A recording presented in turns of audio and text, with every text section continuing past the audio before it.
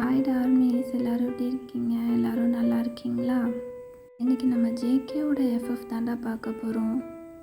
இந்த எஃப்எஃபோட நேம் என்னன்னு பார்த்தீங்கன்னா ஜேகேஸ் டார்க் சீக்ரெட். இதை இனிமேல் நான் வந்து ஜேடிஎஸ்னு ஷார்ட்டாக சொல்கிறேன், ஓகேவாடா? இப்போ வாங்க ஜேடிஎஸோட செகண்ட் எபிசோட் பார்க்கலாம். சரி வாங்கடா வீடியோக்குள்ளே போகலாம். லாஸ்ட் எபிசோடில் நான் எதோடு ஸ்டாப் பண்ணியிருந்தேன்னு ஒரு குட்டி ரீகேப் பார்த்துட்டு வந்துடலாம். வைனுக்கு வந்து சவுத் கொரியாவில் வேலை கிடச்சிருக்கும். இப்போ வைன் அங்கே கிளம்பி வந்திருப்பாங்க. இதோடு தான் ஸ்டாப் பண்ணியிருந்தேன். அப்பாட, ஒரு வழியாக எப்படியோ நான் ஆசைப்பட்ட மாதிரியே இங்கே வந்துட்டேன். சவுத் கொரியா எவ்வளோ அழகாக இருக்குது, பார்க்கவே செம்மையாக இருக்கே அப்படின்னு யோசிச்சுக்கிட்டு வைன் வந்து ரோட்டில் போயிட்டு இருக்காங்க. அவங்க ஒரு டாக்ஸி புக் பண்ணியிருப்பாங்க. அந்த டாக்ஸி வந்துடுச்சு. அவங்க பாட்டுக்கு ஏறி அவங்க ஆல்ரெடி வந்து ஒரு ரூம் ஏற்கனவே புக் பண்ணியிருப்பாங்க. ரெண்ட்டுக்கு வந்து எல்லாம் பேசி அந்த ரூமெல்லாம் வந்து ரெடி பண்ணியிருப்பாங்க. ஏற்கனவே அங்கே ஒரு பொண்ணு இருக்கும். அந்த பொண்ணு தமிழ் தான். ஸோ 2 பேரும் நல்ல ஃப்ரெண்டாக இருப்பாங்க. வைனோட ரூம்மேட்டோட பேர் வந்து ஃபியோனா. இப்போ ஃபியோனாவும் டோர் நாக் பண்ணுற சவுண்ட் கேட்டுட்டு குடுகுடுன்னு ஓடி வந்து ஓப்பன் பண்ணிவிட்டு, ஹாய் வயன், வாங்க வாங்க, எப்படி இருக்கீங்க, நல்லா இருக்கீங்களா அப்படின்னு ஹக் பண்ணி அவங்கள வந்து நல்லா வார்மாக வெல்கம் பண்ணுறாங்க. இந்த வயன் தண்ணி குடி அப்படின்னு ஃபியோனா கொடுக்குறாங்க. வயன் வந்து, இல்லை ஃபியோனா எனக்கு வேண்டாம், நான் வரும்போதே தண்ணியில் குடிச்சிட்டேன். சரி ஓகே, நீ நல்லா ரெஸ்ட் எடு வயன், எனக்கு ஒர்க் இருக்குது, நான் போயிட்டு நைட் வந்து உன்னை மீட் பண்ணுறேன். சொல்லுவேன், என்ன வேணும், ஏதாச்சும் வாங்கி வேணுமா? இல்லை ஃபியோனா, எனக்கு வந்துட்டு கொஞ்சம் தலைவலிக்கிற மாதிரி இருக்குது, ஒரு காஃபி. சரி வயன், நான் போட்டு தரேன். அதுக்கே இப்படி தங்கி கேட்குறேன். இன்னையிலேருந்து நீயும் நானும் ஃப்ரெண்ட்ஸ், ஓகேவா? நீ எது வேணாலும் என்கிட்ட கேளு, நான் கண்டிப்பாக உனக்கு அதை பண்ணுறேன். நீ தயங்கலாம் வேணாம், என்னையும் வீட்டில் ஒரு ஆள் மாதிரி நினச்சிக்கோ. நானும் ரொம்ப நாளாக வெயிட் பண்ணிட்டு இருந்தேன். நமக்கு ஒரு நல்ல ரூம்மேட் கிடைச்சா நல்லாயிருக்கும். எப்பயுமே நான் தனியாகவே தான் இருப்பேனா, ரொம்ப போர் அடிக்கும். ஒர்க் முடிஞ்சதும் வீட்டுக்கு வந்து ஃபோன் பார்த்துட்டு கொஞ்சம் நேரம் அப்படியே தூங்கிடலாம். இப்படி தான் என் லைஃப் போயிட்டு இருந்துச்சு. இனிமேல் நம்ம நிறைய பிளேஸ் போகலாம், சுற்றி பார்க்கலாம், நிறைய ஃபுட்டெல்லாம் சாப்பிட்டு எக்ஸ்ப்ளோர் பண்ணலாம். இனிமேல் நம்ம ஜாலியாக இருக்கலாம். ஓகேவா? உனக்கு ஒன்றும் பிரச்சனை இல்லையே, நீ என் கூட வருவல்ல? ஓகே ஃபியோனா, கண்டிப்பாக வரேன். இப்போதைக்கு காஃபி மட்டும் ப்ளீஸ். சரி ஓகே, 2 minutes வந்துடுறேன் அப்படின்னு அவங்களும் குடுகுடுன்னு ஓடி போயிட்டு காஃபி போட்டு எடுத்துகிட்டு வராங்க. ஒயின் கிட்ட கொடுத்துட்டு பாய் சொல்லிவிட்டு அவங்க கிளம்பி அவங்க ஒர்க் பார்க்க போயிடுறாங்க. ஒயின் அந்த காஃபியெல்லாம் குடிச்சுக்கிட்டே அப்படியே வெளியே வந்து விண்டோஸ் வழியாக வேடிக்கைலாம் பார்க்குறாங்க. வேடிக்கைலாம் பார்த்துட்டு ரொம்ப நிம்மதியாக இருக்குது. எப்படியாவது சீக்கிரமாக வந்த வேலையை நல்லபடியாக பார்த்து சம்பாதிச்சுட்டு வீட்டுக்கு போய் செட்டில் ஆகிடணும். சீக்கிரமாக கடனெல்லாம் அழைச்சிடணும் அப்படின்னு வயல் மனசுக்குள்ளே ஏகப்பட்ட கனவுகள். இப்போ நைட் ஆகிடுச்சு. ஃபியோனாவும் ஒர்க் முடிச்சுட்டு வந்துட்டாங்க. வந்தவுடனே வயனோட ரூம் டோரை தான் போய் நாக் பண்ணுறாங்க. வயன் வயன் எழுந்துட்டியா? இதோ வந்துட்டேன் ஃபியோனா, ஜஸ்ட் 1 minute வெயிட் பண்ணுங்க, வந்துடுறேன் அப்படின்னு சொல்லிவிட்டு அவங்களும் ரெஸ்ட் ரூம்லாம் போயிட்டு ஃபேஸ் வாஷ் பண்ணிவிட்டு வரா வயனும். வந்ததுக்கப்புறமா 2 பேரும் சேர்ந்து ஜாலியாக பேசிகிட்டு நிறையா சாப்பிட்றாங்க. ஃபியோனா வெளியேருந்து வரும்போதே டின்னர் வாங்கிட்டு வந்திருப்பாங்க. எனக்கு எதுவும் குக் பண்ண முடியாது, ஸோ நம்ம 2 பேரும் பேசி எல்லாத்தையும் தெரிஞ்சுக்கலாம், நாளைக்கு நம்ம சேர்ந்து சமைக்கலாம், ஓகேவா அப்படின்னு பேசிகிட்டே சாப்பிட்டுட்ருப்பாங்க. நான் உன்னை கேட்டால் நீ என்னை தப்பாக எடுத்துக்க மாட்டேவா? கேளு ஃபியோனா, என்னாச்சு? இல்லை, உனக்கு எப்படி சவுத் கொரியாவில் ஜாப் கிடச்சிச்சு தெரிஞ்சுக்கலாமா? கண்டிப்பாக சொல்கிறேன். இதில் என்ன இருக்குது? நான் நிறைய இடத்துல ஜாபுக்கு ட்ரை பண்ணிகிட்டு இருந்தேன். எல்லா இடத்துலையும் எனக்கு வேலை இல்லைன்னு சொல்லிட்டாங்க. அப்புறம் தான் என்னோடய ஃப்ரெண்ட் சொன்னால், நீ வந்து ஆன்லைன் இன்டர்வியூஸும் அட்டன் பண்ண, ஒரு வேளை உனக்கு வந்து வேறு ஏதாவது கண்ட்ரியில் வேலை கிடைக்க நிறைய வாய்ப்பு இருக்குது அப்படின்னு சொன்னான். அதுக்கப்புறம் தான் நான் இந்த மாதிரி ஆன்லைனில் இன்டர்வியூலாம் நிறைய அட்டன் பண்ணேன். அப்படி ஒரு டைம் அட்டன் பண்ணும்போது தான் இந்த கம்பெனியில் எனக்கு ஒர்க் கிடச்சிச்சு. ஆமாம், நீ எந்த கம்பெனிக்கு வேலைக்கு போக போகிற? ஓ சாரி, நான் உங்ககிட்ட அதை சொல்லலைங்க ஃபியோனா. நான் ஒர்க் பண்ண போகிற கம்பெனியோட பேர் வந்து, அந்த கம்பெனியோட பேர் வந்து ஜிஎம் கம்பெனியில் தான் நான் ஒர்க் பண்ண போகிறேன். ஓ அப்படியா? அது ரொம்ப பெரிய கம்பெனியாச்சு, ரொம்ப நல்ல கம்பெனி. சேல்ரி அது மட்டும் கிடையாது, நிறைய கிஃப்ட்ஸ் எல்லாம் கொடுப்பாங்களாம். ஏதாச்சும் ஃபெஸ்டிவல்லாம் வந்துச்சுன்னா நிறைய பெனிஃபிட் இருக்குது நீ அங்கே வேலை பார்க்குறதுனால. ஜாலி தான் போகணுமே உனக்கு. ஆமாம் ஃபியோனா, சீக்கிரமாக நல்லா சம்பாதிச்சு கடன் எல்லாம் அழைச்சிட்டு ஊருக்கு போய் அப்பா அம்மா கூட தங்கச்சி பாப்பா கூட ஹாப்பியாக இருக்கணும். சரி ஃபீல் பண்ணாத, இங்கே இருக்கிற வரைக்கும் நீ எனக்கு ஃபேமிலி, நான் உனக்கு ஃபேமிலி, ஓகேவா? மீட் பண்ணி கொஞ்ச நேரத்துலேயே ஃபியோனா ஒயின் 2 பேரும் நல்ல ஃப்ரெண்ட்ஸ் ஆகிட்டாங்க. இது ரொம்ப வருஷம் பழகின மாதிரி. இப்போ நெக்ஸ்ட் டே மார்னிங் இப்போ ஒயின் அழகாக ஆஃபீஸ்க்கு கிளம்பிட்டுருக்கா.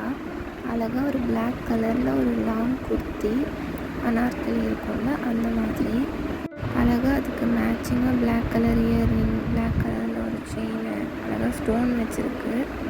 கொஞ்சமாக மேக்கப் போட்டுட்டு ஃப்ரீ ஹேர் விட்டுட்டு கிளம்பி குடுன்னு ஹாலுக்கு வரா. வந்த உடனே ஃபியோனா சாண்ட்விச் பண்ணி வச்சுருக்காங்க. அதையும் கையில் எடுத்துக்கிட்டே பாய் ஃபியோனா அப்படின்னு ஃபியோனாவுக்கு பாய் சொல்லிவிட்டு குடுன்னு கிளம்பி ஓடிட்டுருக்கா. போன உடனே அப்புறம் ஒரு டாக்ஸியை பிடிச்சி ஆஃபீஸ்க்கு போயிட்டா.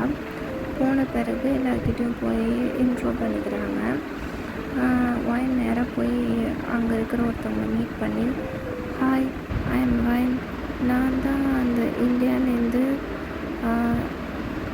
ஏதோ ஒரு போஸ்டிங், சரியா ஏதோ ஒரு ஸ்டாஃப் தான், ஒரு ரொம்ப சின்ன போஸ்டிங் தான், அந்த போஸ்டிங்க்கு வந்திருக்கிற ஸ்டாஃபு அப்படின்னு சொன்ன உடனே சரி ஓகே மேம் நீங்கள் உள்ளே போங்க, அங்கே போனீங்கன்னா லியான்னு ஜேகே சாரோட மேனேஜர் இருப்பார், அவரை போய் பாருங்கள். இவருக்கு ஜேகேன்னு சொன்ன உடனே ஸ்டமக்கில் பட்டர்ஃப்ளைஸாக அப்படியே பறக்க ஆரம்பிச்சிருது. ஏன்னா இவன் பயங்கரமான ஜேகேவோட ஃபேனு. எனக்கு ஜேகே தான் எல்லாமே அந்தளவுக்கு பிடிக்கும். ஆனால் இது வரைக்கும் யாருக்கிட்டையும் சொன்னதே கிடையாது. நீங்களும் உடனே கனவு கண்டதெல்லாம் போதும், நம்ம போய் இப்போ மேனேஜரை மீட் பண்ணுவோம் அப்படின்னு சொல்லிட்டு நேராக லியானை போய் பார்க்குறீங்க. லியானை பார்த்தோன்னே விஷ் பண்ணுறீங்க, ஹலோ சார் குட் மார்னிங் அப்படின்னு. அவரும் குட் மார்னிங், நான் தான் சார் ஒயின், நான் கூட இந்தியாவிலேருந்து வந்திருக்கேன், என்னோடய இன்டர்வியூ பார்த்துட்டு நீங்கள் நல்ல பதில் சொல்லியிருக்கீங்க, இந்த ஜாப்க்கு நீங்கள் தான் கரெக்டாக இருப்பீங்க, நீங்கள் தான் என்னை செலக்டே பண்ணீங்க. ஆமாம் இல்லை, ஓ மறந்துட்டேம்மா, சரி ஓகேம்மா, அங்கே போனேன்னா மியான்னு ஒரு பொண்ணு இருக்கும், அந்த பொண்ணுக்கிட்ட போய் கேளு, அந்த பொண்ணு தான் உனக்கு சீனியர் டீமோட ஹெட்டு, அவகிட்ட போயிட்டு என்ன வேலை என்ன ஏதுன்னு கேளு, அவன் சொல்லி கொடுப்பான், நான் அவளுக்கு கால் பண்ணி சொல்லிடுறேன் ஓகேவா அப்படின்னு சொல்லிவிட்டு அவனை அமுச்சு வச்சிடறான். ஆல் தி பெஸ்ட் ஒயின், நல்லபடியாக ஒர்க் பண்ணு, என் பேரை காப்பாற்று என்ன அப்படின்னு சொல்லிட்டு சிரிக்கிறாரு. மியா உங்களுக்கு அந்த ஒர்க் எல்லாத்தையும் சொல்லி கொடுக்குறாங்க. நீங்களும் அதை கேட்டு அழகாக அப்படியே பண்ணுறீங்க. மியாவுக்கும் உங்களுக்கு ரொம்ப பிடிச்சிருது. ஆஃபீஸில் மியா உங்களுக்கு ஒரு நல்ல ஃப்ரெண்டு அந்த மாதிரி ஆகிட்டீங்க. இப்படியே ஒரு 10 days ஆகிடுச்சு. நீங்களும் இந்த ஜாப்க்கு நல்லா அடாப்ட் ஆகிட்டீங்க. உங்களுக்கும் அந்த வேலை ரொம்ப பிடிச்சிருக்கு. அப்போ உங்களுக்கு டக்குன்னு ஒரு விஷயம் ஞாபகம் வருது. இந்த வேலைக்காக நீங்கள் ஒரு அக்ரிமெண்ட் சைன் பண்ணியிருப்பீங்கள, அந்த பேப்பர் திடீர்னு உங்களுக்கு டக்குன்னு ஃப்ளாஷ் ஆகிட்டு போகுது கண்ணு முன்னாடியே. நீங்கள் நல்லா தூங்கியிருப்பீங்க, அது டக்குன்னு கனவுல வந்துட்டு போகவும், என்ன திடீர்னு இது போய் கனவுல வருது, என்ன ஆச்சுன்னு தெரியலையே அப்படின்னு புலம்பிட்டு எந்திரிச்சு ஃப்ரெஷ்ஷப் ஆக போயிடுறீங்க. போயிட்டு ஃபியோனா கிட்ட சொல்கிறீங்க, ஃபியோனா காலையிலே எனக்கு ஒரு மாதிரியான ட்ரீம் வந்துச்சு, என்னாச்சு, ஏதாச்சும் கெட்ட கனவா?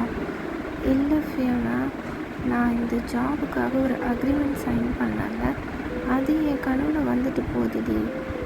அதுதானே வந்துச்சு, நடந்த ஒரு விஷயம் தானே கனவுல வந்திருக்கு, அதில் என்ன இருக்குது? இல்லை, அதில் ஏதோ தப்பாக இருக்க மாதிரி எனக்கு தோணுது. நீ தானே சொன்ன உனக்கு இந்த வேலை ரொம்ப பிடிச்சிருக்குன்னு. நான் தான் சொன்னேன் எனக்கு இந்த வேலை ரொம்ப பிடிச்சிருக்கு, இருந்தாலும் அவங்க எதுவும் சரியில்லாத மாதிரியே இருக்குது ஃபியோனா. என்ன சொல்கிறோம், உனக்கு தப்பாக படுதுன்னா வேணா அந்த வேலையை விட்டு நின்றுடலாமா? இல்லை எனக்கு அந்த வேலை ரொம்பவே முக்கியம். என்னன்னா நான் உன்கிட்ட மட்டும் சொல்கிறேன் ஃபியோனா, யார்கிட்டையும் சொல்லிடாத. என்னாச்சு சொல்லு, நான் யார்கிட்டையும் சொல்ல மாட்டேன், ப்ராமிஸ். வாங்கி சொல்லு. உனக்கு ஒன்று தெரியுமா ஃபியோனா, அந்த கம்பெனியோட ஓனர் யாருன்னு தெரியுமா உனக்கு? யார்? லியான் தானே?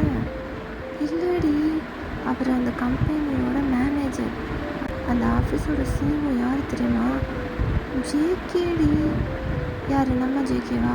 ஆமாடி, அவர் தான். என்ன பேசுகிற நீ? அவருக்கும் இந்த கம்பெனிக்கும் என்ன சம்மந்தம்? இன்னும் பேசுகிற? யார் உன்கிட்ட இப்படி சொன்னது? நான் அந்த ஆஃபீஸில் இப்போ ஒர்க் பண்ணிட்டு இருக்கேன்னா, அங்கே எனக்கு சீனியராக ஒரு பொண்ணு இருக்குது, மியான்னு. ஆஃபீஸில் அவள் எனக்கு ஃப்ரெண்டு. அவள் தான் சொன்னான். இல்லை ஃபியோனா, நான் சொல்கிறத நம்பு. அவள் எதை வச்சு சொல்கிறான்னா, நாங்கள் அந்த ஆஃபீஸில் போய் ஜாயின் பண்ணும்போது எல்லார்கிட்டையும் ஒரு அக்ரிமெண்ட் கொடுத்து சைன் வாங்குறாங்கல்ல, அந்த அக்ரிமெண்ட்டில் அது இருக்குதான். அப்படி ஒரு விஷயம் இருந்திருக்கு. ஆனால் அதை யாருமே நோட் பண்ணல. இவன் நோட் பண்ணியிருக்கா. அப்படியே இது வரைக்கும் ஜேகே தான் அந்த கம்பெனியோட சிஇஓன்னு யாருக்குமே தெரியல. அதான் ஃபியோனா, அப்படி ஒரு ரூல்ஸ் போட்டிருக்காங்க. ஜேகே தான் அந்த கம்பெனியோட சிஇஓன்னு யார்கிட்டையும் சொல்லக்கூடாதுன்னு தான் எங்களுக்கு ரூலு. எனக்கு நீ சொல்கிறத கேட்க ரொம்ப க்யூரியஸாக இருக்குது. சொல்லுவேன். அப்புறம் என்னாச்சு? ஃபியோனா, என்ன விளையாடுறியா? நான் இன்னும் சீரியஸாக பேசிகிட்ருக்கேன். எனக்கு இன்னும் அங்கே ஏதோ தப்பாக தோணுது. ஜேகே ஏன் இதை டைரெக்டாக பண்ணாமல் இன்டைரக்டாக பண்ணுறாரு? இது ஒரு நல்ல விஷயம் தானே? இதை லீகலாகவே அவர் தான் பண்ணுறேன் அப்படின்னு எல்லாருக்கிட்டையும் சொல்லிகிட்டே பண்ணலாமே.